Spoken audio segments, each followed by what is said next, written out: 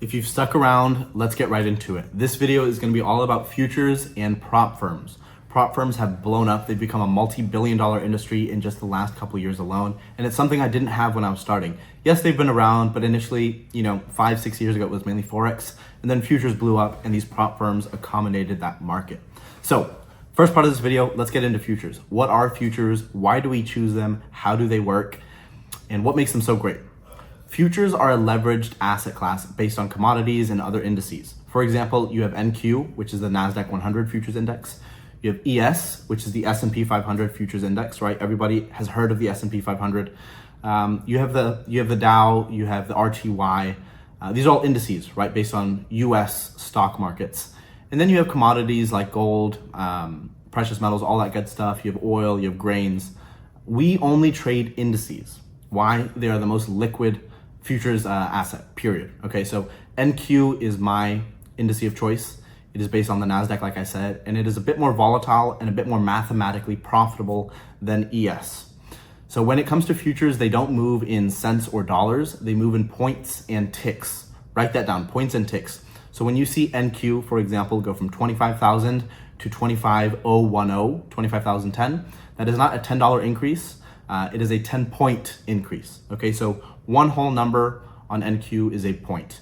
And these whole numbers are divisible into 4 segments known as ticks. 4 ticks make up 1 point. So you have 0.25, 0.5, 0.75, then of course the round number. There are 4 ticks, like I said, that make up 1 point. And on NQ, each tick with a mini, which we'll get into, with one mini contract is worth $5. That means an entire point is worth $20. So if NQ, referring back to that example, goes from 25,000 to 25,010, in that 10-point increase, that has a nominal monetary equivalent value of $200, okay? Because each point is $20. With ES, it's a bit different. Each point is $50, but ES doesn't move as much. It's a much smaller index. ES right now is probably trading at about 6,700 and some change. NQ is around 25,000. So again, ES might move 2 points, let's say, right? So $50, $50, that's a 100-point move, $100 move worth of those 2 points. And NQ might have moved 10 points in that same amount of time, and therefore have been worth a $200 move. So that's the little difference. ES is a bit slower, it's a bit less profitable. It's great to learn on, but I stick with NQ, again, because it's the most liquid and most volatile asset in the entire umbrella of futures. And futures, again, they're leveraged. If you guys have experience with options, options are also leveraged. The difference is when you buy an option contract, you're gaining the right to 100 shares of that underlying stock, right? And that is why those moves are so hyper volatile in options. With futures, they're also leveraged, I believe 1 to 25. So you have a controlling share of 25 of the underlying asset when you buy the futures contract of it. And that's why they're also leveraged. So in NQ, again, you're buying one contract of, let's say, the mini, and you're getting $20 per point of fluctuation because it's leveraged. ES, $50, it's leveraged. Now, real quick, when it comes to minis versus micros, this is a term you'll hear thrown around. Minis refer to the full size contract on these futures positions, right? So a mini is worth that full $20 per point on NQ. A micro for any futures are a tenth of that size. So $20 on NQ minis is equivalent to $2 on NQ micros. This is just an instrument that was created to kind of have more tailored risk exposure, right? Let's say you don't want to trade a whole mini. You can trade 5 micros. That will give you an equivalent dollar move worth half of a mini. So that's what futures are, right? They don't have any necessity of time on their side. Yes, they do expire, but they expire 4 times a year. Options expire on a daily basis. So people who are catching these big 1,000, 2,000% moves on options, they're generally trading 0 DTE or 1 DTE, days till expiration contracts that make them so hypersensitive and usually unprofitable. 85% of options that are bought expire worthless.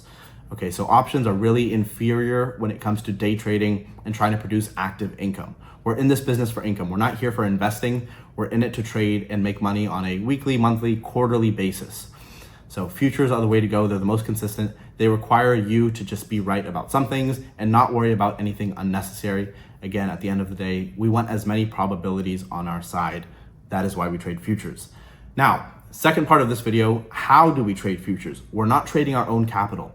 These days, there's no reason to really have a cash account, a cash personal account with futures, because the prop firm business, which stands for proprietary, has blown up. It's blown up on a major scale. Everyone has heard of it. Even people who don't trade have kind of heard the word Apex or Top Step or names of these other big firms. But you might have questions, right? What are prop firms? How do they really work? How can you make money on their money? What qualifications do you need? Right off the bat, I will tell you that prop firms are available to anybody over the age of 18. You don't need to be an investment advisor. You don't need a degree. You don't need any sort of certification. The way you get funded, the way you qualify, is via passing an evaluation, otherwise known as a test or a challenge account, in which you pay an upfront fee for. Okay, so these prop firms, they're in the business of collecting fees. Anybody who has this dream of becoming a profitable trader and wants to be funded, they're gonna pay these prop firms a fee upfront. That might be $20, $50, $100, just depending on the sales that these prop firms running. That is the product. They sell these evaluations. If you pass, and the way you pass is just by making a certain requirement of profit per account. So let's say on a 50K account, right? 50K, 25K, 150K. These are different account sizes that just allow you to trade with more of a drawdown cushion. Again, we're gonna get into all these things. I know I'm moving fast here. You can rewind this video. But with these prop firms, their product that they're selling are different size accounts. They're selling evaluations. So if you buy, let's say, a 50K account with any of these prop firms, you generally have to make about $3,000 without losing so much in order to pass and graduate up to a funded account. So the eval stage is them assessing your ability to trade and manage risk properly. And then when you do pass, you make that amount, and without breaking some certain rules, you get graduated to a funded account. Sometimes you'll pay an activation fee there. Again, it's usually about $100. And in that funded account, again, you still have to manage risk. You can't just run away with 50 grand. You have to make a certain amount of money before you start taking payouts. Okay, so eval, you trade that in order to get funded. Funded, you trade those accounts to actually get payouts to make your money.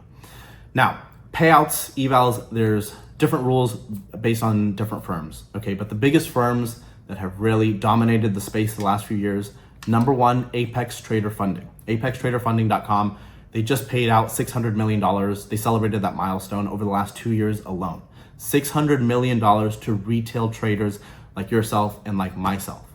I've gotten a very small chunk of that, 6 figures this year alone with Apex. They're the big dogs in this space. But Top Step is another huge firm here. Top Step has also paid out hundreds of millions of dollars in the last few years.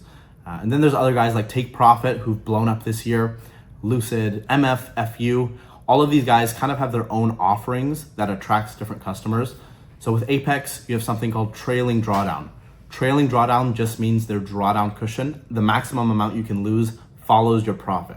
So again, referring back to a 50K account, let's say you make $2,000 on it. When you initially start that 50K account, you start at a flat balance of $50,000, hence the name. You cannot lose more than $2,500. At $47,500, you're cut off. Your evaluation account is blown. But let's say you make $1,000, $2,000. That trailing drawdown follows you. Many traders struggle here because prop firms make their money off of people creating profit in the account, but losing that profit.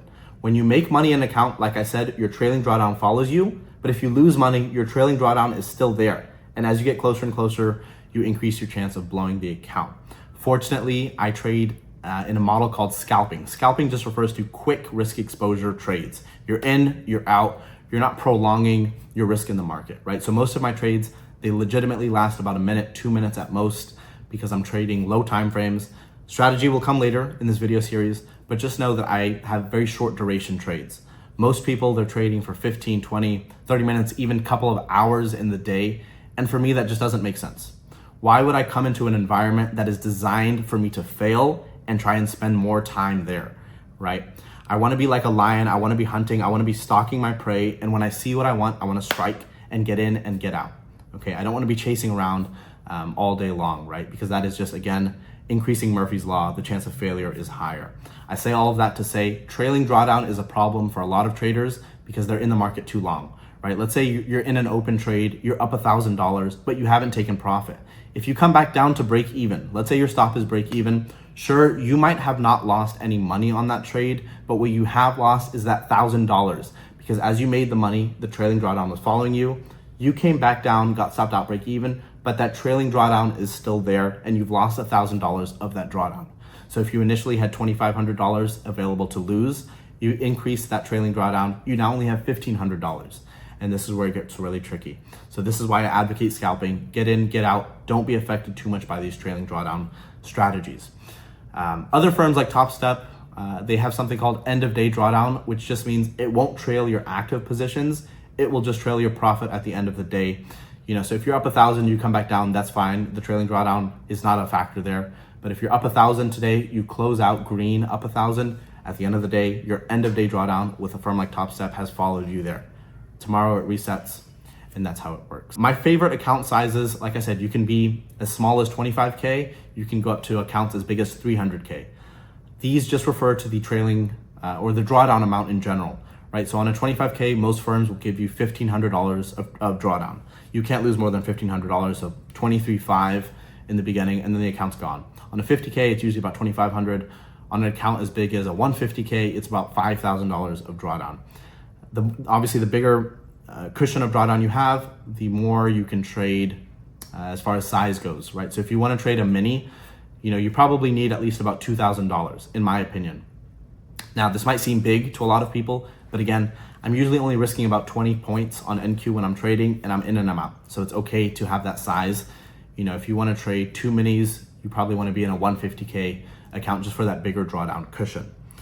My favorite prop firm at the end of the day has been Apex. Okay, I have, like I said, pulled out 6 figures from them alone this year, and they are the biggest prop firm. A lot of people have misconceptions. They see something on Twitter, oh, Apex doesn't pay out or TopStep doesn't pay out.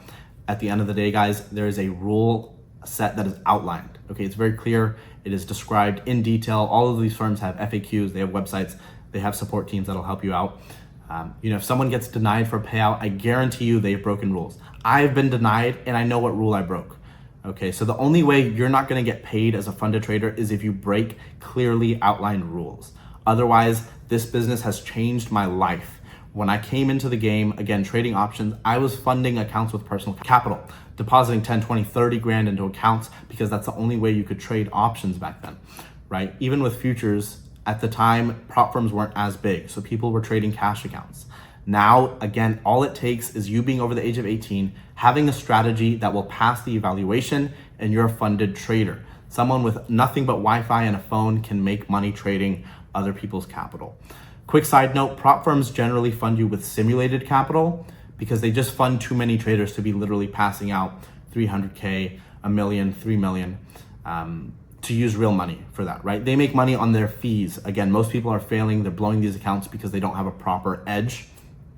So even if you do become a funded trader, which many of you will after this series, generally you're gonna be funded with simulated capital where you still pull out real money, okay? I trade sim capital, I still pull out real money. I've been funded $3, $5, $7 million. All of the money that I make hits my bank account, it's real, it's legitimate. And eventually when you get to a certain point, they'll move you to a live account, that's real cash, that's way, way down the line.